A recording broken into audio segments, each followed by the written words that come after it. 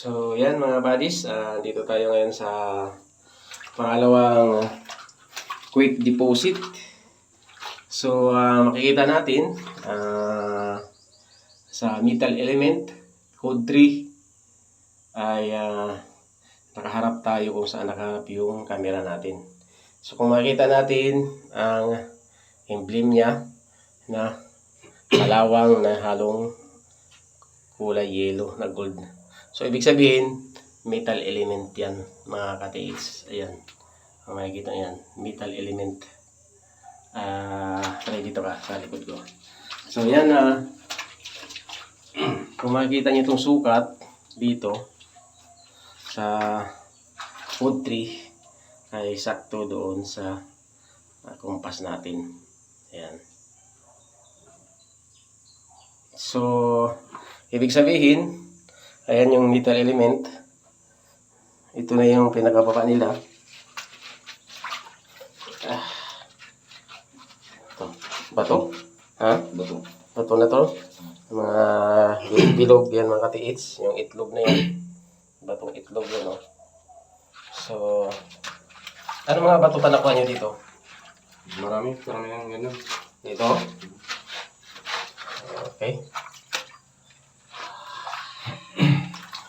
So, ito na yung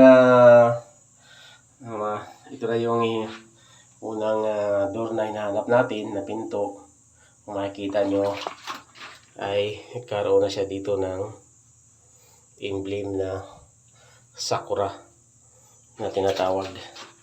Ayan, dalawa yan. Yan. So, tanaka pa rin yung layout nito. Ito, siminto yan. Na iba yung kulay. Ito yung kulay itim na protection dito sa deposito. Dalawa ang secrecy ito. Secrecy ang pinaprotektahan ito. Yung big load na entrada dito sa loob na para hindi ma-detect. Ito naman sa giveaway. So makikita natin. So ito ay itlog yun ng manok. Yan. So dyan ang itlog. Hanapin natin yung manok. Baka nakalipad na. Pumunta doon kay kay Tanggol. Ayan mga buddies. Kung bago ka pala sa YouTube channel ko, mag-subscribe ka na dyan para ma-update mo lahat ng area na pupuntahan. So, ayan mga buddies, hindi pa natin na-check yan dyan sa baba. So, ang mangyayari dito is maghukay na lang tayo ng mga 2 feet. Tapos, mag-drive na tayo. Kasi yung target natin ay nandito na sa baba. Yan, papakita ko sa inyo mga buddies. Ang texture nito ay kulay brown na siya. Yan, kulay brown na yan. Tapos may emblem dito na metal element na palibot dyan.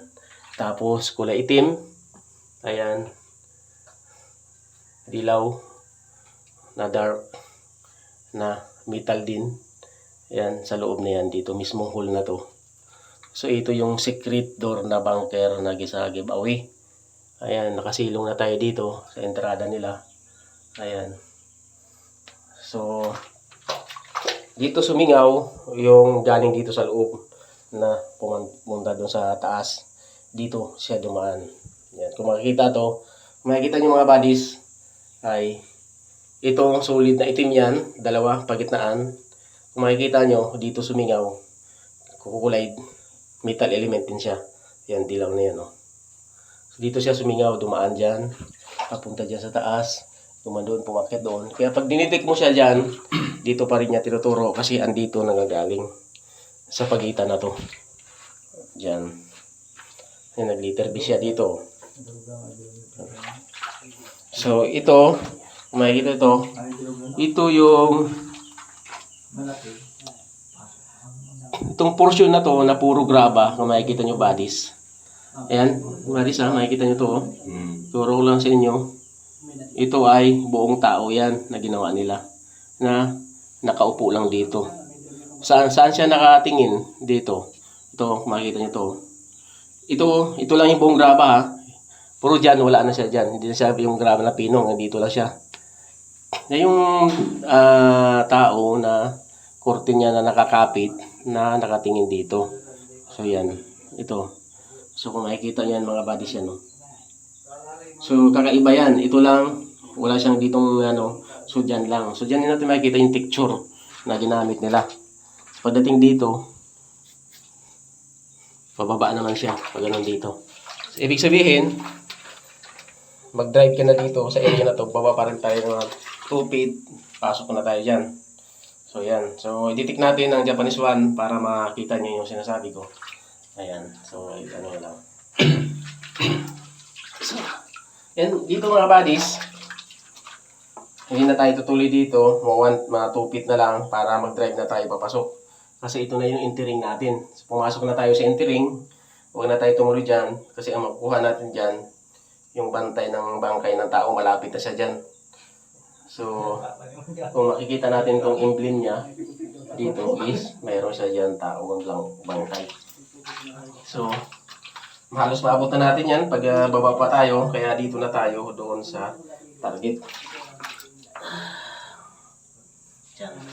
So, sagad nyo yan dyan, sasagad nyo lang to, maiwanan to, matigas na yan. Sisilong na kayo dyan. Ito, pader din to, sisilong na, pasok na kayo dyan, huwag nyo na ito bagbakin. Kasi ito, huwag nyo na bagbakin yan, hayaan nyo lang yan, nakasandal siya dyan. Kasi, lock yan, gano'n yan, nakatukod siya dyan. Ito, kabilaan din ganyan. So, ito lang tanggalin yung kulay na to. Ito wag na. Tanggalin nyo lang yan, yung palibot na to. Yan, natatanggalin nyo. Yan, yung palibot na to. Yan. Ito, huwag nyo natatanggalin to. Nakatukod niya siya dyan. Papasok lang kayo dyan sa loob niya. Nakaganon yan, no? Puro na. So, papasok na kayo dyan. So, baba muna kayo ng 2 feet bago kayo pumasok dyan. Kasi ito nakaganon pa to. Para sakto makapasok na kayo. So, kailangan pa niya ng 2 feet dito. Ito mga buddies, pakita natin. Sa Japanese one. So, ito, hindi na ito papaluan. Kasi nandun na yung item sa loob. So, nasa entering na tayo. Papasok na tayo. Kaya nandito tayo ngayon. Check natin yung area nila para mag-drive na tayo. So, yan mga buddies. Tingnan natin kung iikutan pa to dito. Ibig sabihin, nagsisinungaling ako. So, ito, Japanese one. Mayroon to pang anti-decoy, may anti-radiation to. So, papasok na to doon sa loob. Hindi na to siya iikot dito. So, pakita natin sa inyo mga buddies. Ayan. So, binasa muna natin yung secrecy bago natin i-detect. Hindi muna tayo mag-detect agad.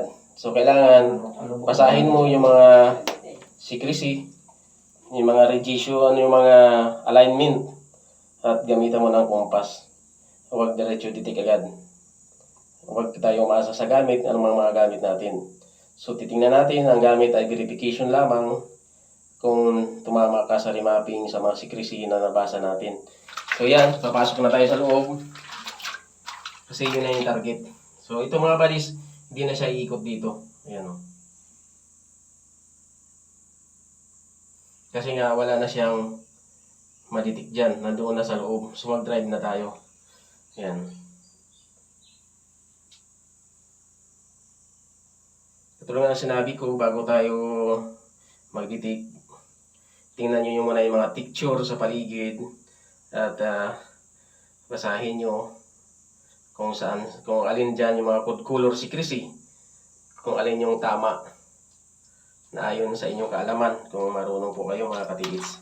So, mas mahalaga na may knowledge tayo sa pagtitreasure at may tamang financing sa mga equipment para mabilis ang paghukay. Ayan. So, yan mga buddies, i-detect na natin yung harapan.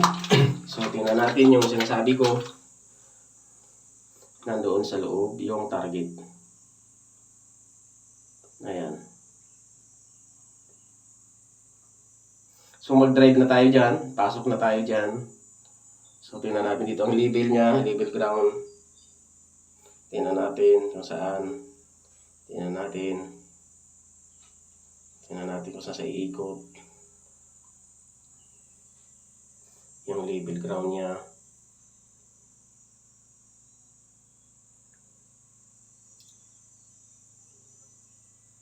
So, yan na nga buddies, nakapantay tayo dito. Dito mismo sa tao sa likod natin. Yung level ground niya, hindi tayo nagkakamali sa pagbasa natin. Ayan.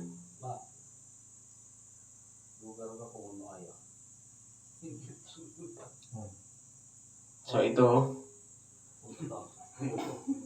Andyan yung ikot niya. Pero, alam mo na lamang, mag-drive ka na lamang. Itaas natin dito sa taas para malaman natin kung mayroon ba kasama wala. So tinuturo niya sa baba. So ilagpas natin kung saan yung turo niya. Pero arawin niya na lamang. Ilagpas natin dito. Kasi mag-drive kami. So nakaturo paloob. Kasi na. Ayan. So dito, baba kayo ng 2 feet para saktong makatayo dyan. Kasi pag ganun pa siya. Oh. Ganun. Pero itong makinis na to ang sundan nyo. Ito lang sundan nyo yan. Kaya mag-2 feet tayo para sakto pag ganun, makapasok kayo doon dito sa sentro mismo. Ayan. Para makatayo ka.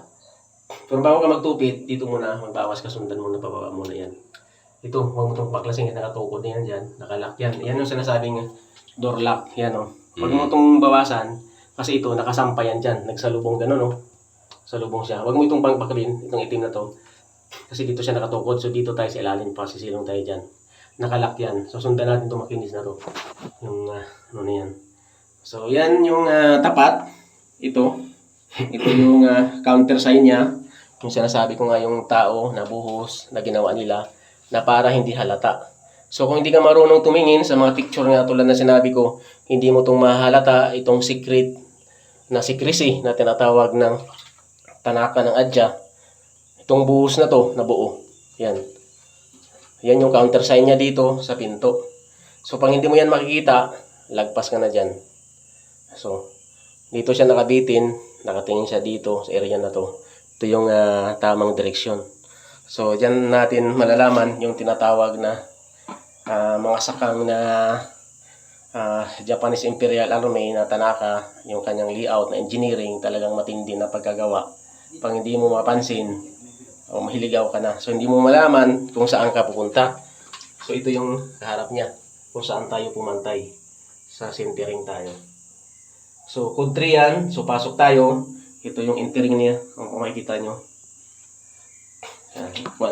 Yan mga buddies, kung bago pa lang sa YouTube channel ko, mag-subscribe ka na dyan para ma-update mo lahat ng mga area ng aming pupuntahan, ng mga team. So at least makapulot ka ng aral dito sa ating explorer nito ng ating adventure natin sa ating mga kababayan natin na mga treasure. May makapulot kayo ng aral yung pag-vlog natin. So yan, mga katiits, tandaan nyo, ang picture ay napaka-importante.